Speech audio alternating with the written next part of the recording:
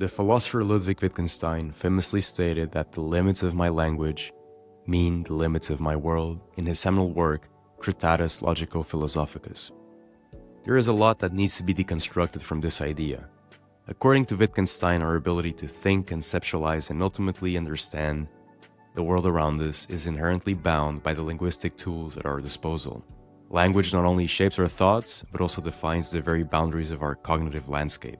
Thoughts are also powerful mediators of our mental and emotional experiences. In this respect, it is often argued that pain leads to suffering, but only through the narratives we construct about our pain do we truly begin to suffer. This suggests that suffering is, at least to some extent, an artifact of the language of thought. Before being processed through the lens of language, pain exists in a more neutral, uninterpreted state. This view is replicated in both Eastern and Western philosophical traditions, where thinkers like Nietzsche have argued that while life inherently involves suffering, this suffering can be somewhat mitigated if you find meaning. However, Wittgenstein's proposition that language limits our world seems somewhat flawed. Language, after all, provides a very limited description of our phenomenological landscape. It struggles notably to capture the full spectrum of human experience. For instance, the philosopher and mathematician Bertrand Russell observed that no linguistic description of color could truly encapsulate the experience of actually seeing that color. You can describe a particular color through wavelengths and other physical dimensions, but it doesn't really provide you with more information than actually seeing that color. Therefore, Russell argued that the richness of direct perception surpasses verbal representation, which is abstract and removed from the immediacy of sensory experience.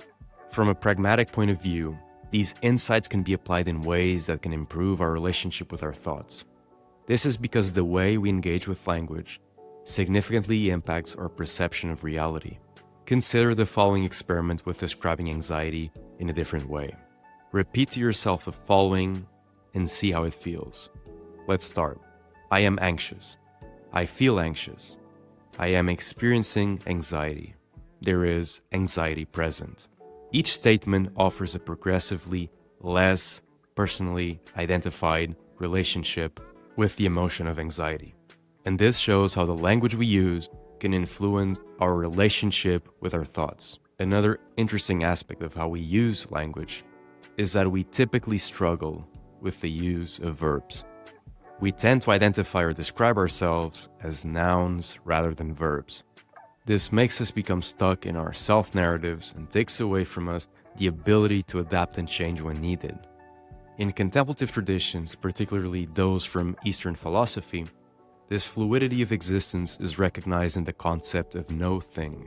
This concept suggests that what we perceive as the self is not a static entity, but an ongoing process. Particularly in Buddhism, the self is described as an illusion. And just as a side note here, many people don't define illusion properly. Something being an illusion doesn't mean it doesn't exist. It just means that it is something different than what it looks.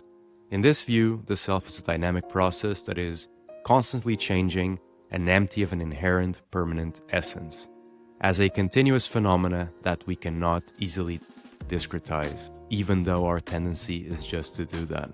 It's simpler to fragment reality into manageable parts rather than to see it as a system, filled with interconnections.